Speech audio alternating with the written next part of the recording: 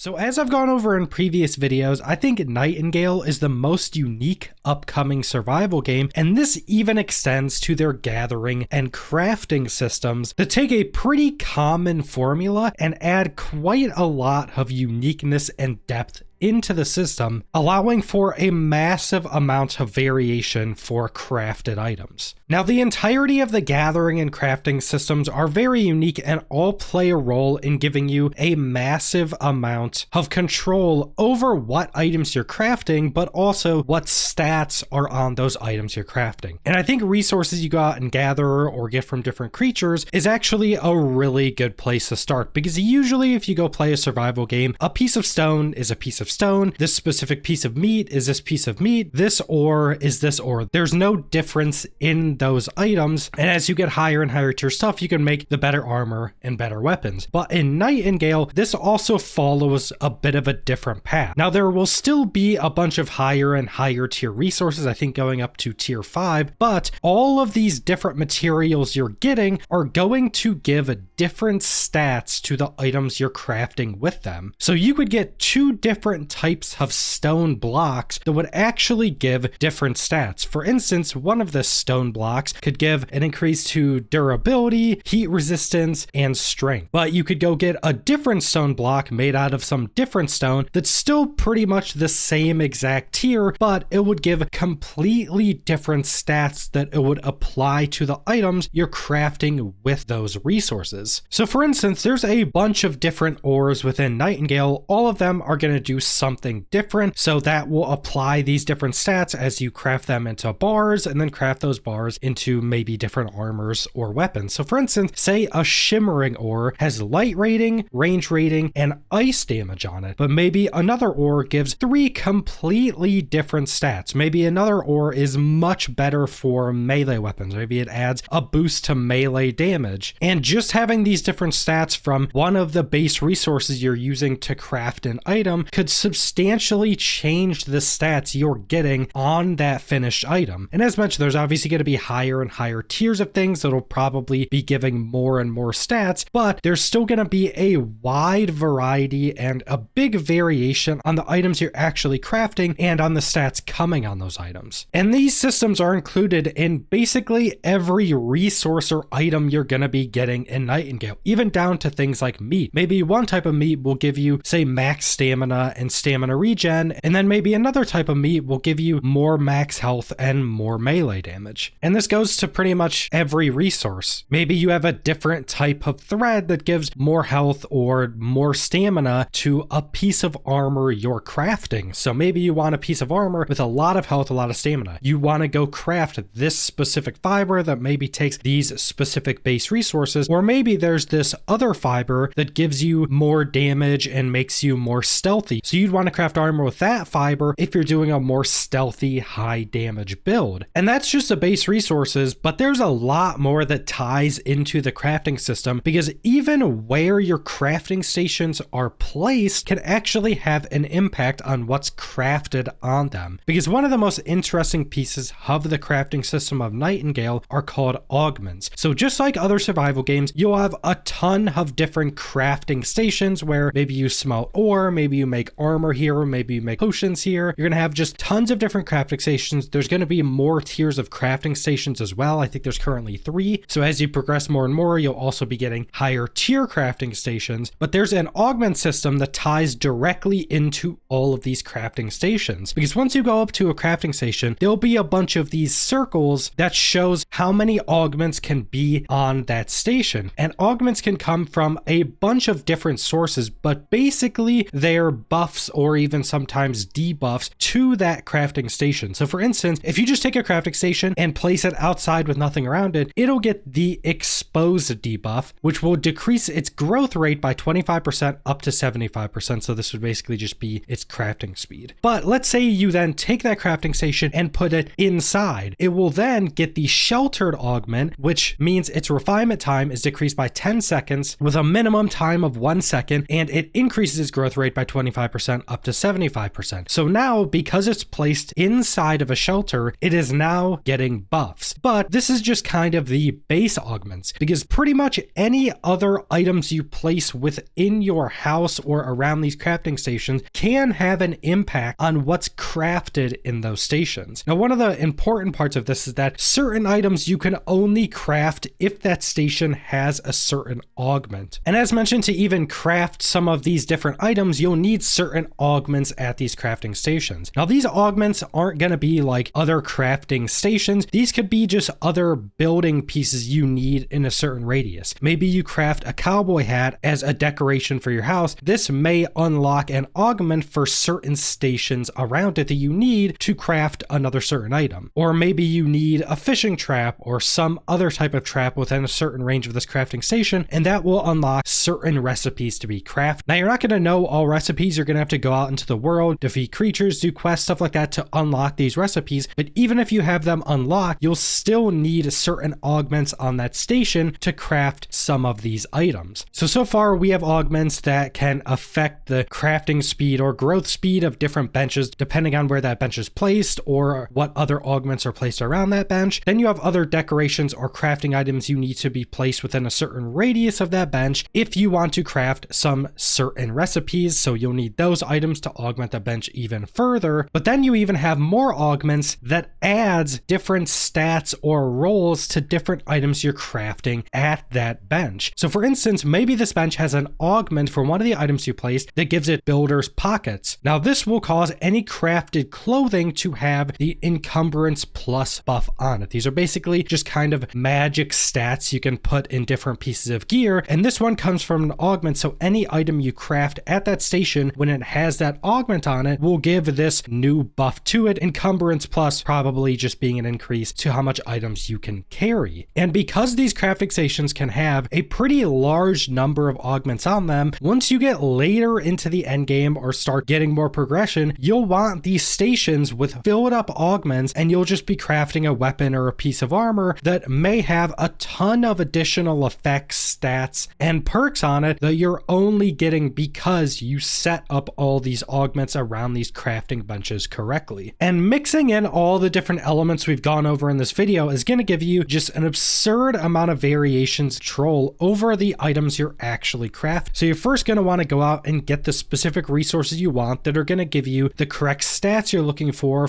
that piece of armor or that weapon. You're going to bring them back to base. You're going to want to be using the correct station and where you want to craft, say, this piece of armor. Then you're going to probably want these stations with good base augments so these things aren't taking a long time to craft. Then you're going to need certain augments to be able to craft the items you're looking for. Maybe you need to place a cowboy hat next to your clothing station to be able to craft the piece of armor you're trying to craft. And then you're going to want to stack on as many different augments as you can to add in more of these stats or more of these magical effects onto that piece of armor to allow you to try to craft the best item you can craft while also getting all of these different effects you actually want on your armor, because there's going to be so many of these different augments that are giving different effects or stats that you're going to want to be picking and choosing an actual build you're trying to go for, because there's just so many different options you have for crafting all of these items. And that's not even the end of it, because there's also going to be an enchantment and magic system that allows you to add enchantments, charms, or infusions, which are basically just different types of magic you can put into items. Enchantments being the main magic system of Nightingale, where in other games you just learn magic, then you can cast magic. In Nightingale, you have to put enchantments on items, and this basically teaches you that spell while using that item. So maybe one enchantment allows you to use a big AoE slam with your weapon. This will also be shown through some of the gameplay where they're pulling magic out of their weapon. Another enchantment may allow you to pull out magic from your weapon and then regrow a tree. So that's the main way you're going to go about getting magic and magic abilities, is through these enchantments. But then you also have charms and infusions, which is basically just enchanting your gear even further. And you'll be able to get things like increased weight, max life, resistance to different elements, increased damage, all these different types of stats you'll be able to infuse or charm onto your weapons and your armor, past the enchantments, which are more actively usable spells. And when taking all this information into account, you also have to realize that your bases can and will be attacked attacked by enemy creatures, and there can be pretty big hordes of enemies coming to attack your base. So base building is actually going to be very important because you're going to want to build a base that gives you shelter, maybe that you like the look of. You're going to want to build it in a correct way so you can set up all your stations to get the augments you want them to have when crafting, but then you're also going to have to build your bases in a way where you can build defenses and defend them against these hordes of enemies that may come attack your bases. So I think your actual base building and home front in Nightingale is going to mean quite a lot more than it usually means in survival games. Usually in other survival games, even if your base can be attacked, it's usually you just build whatever wherever and you're generally fine. But I think there's going to be a lot more requirements for designing your bases within Nightingale. But that's most of the information we have for the gathering and crafting systems. This is something I'm very excited for. This just gives so much depth in creating the items you want to create and try to mix them all together to make different builds and play styles. But that's all I want to go over, so thanks for watching.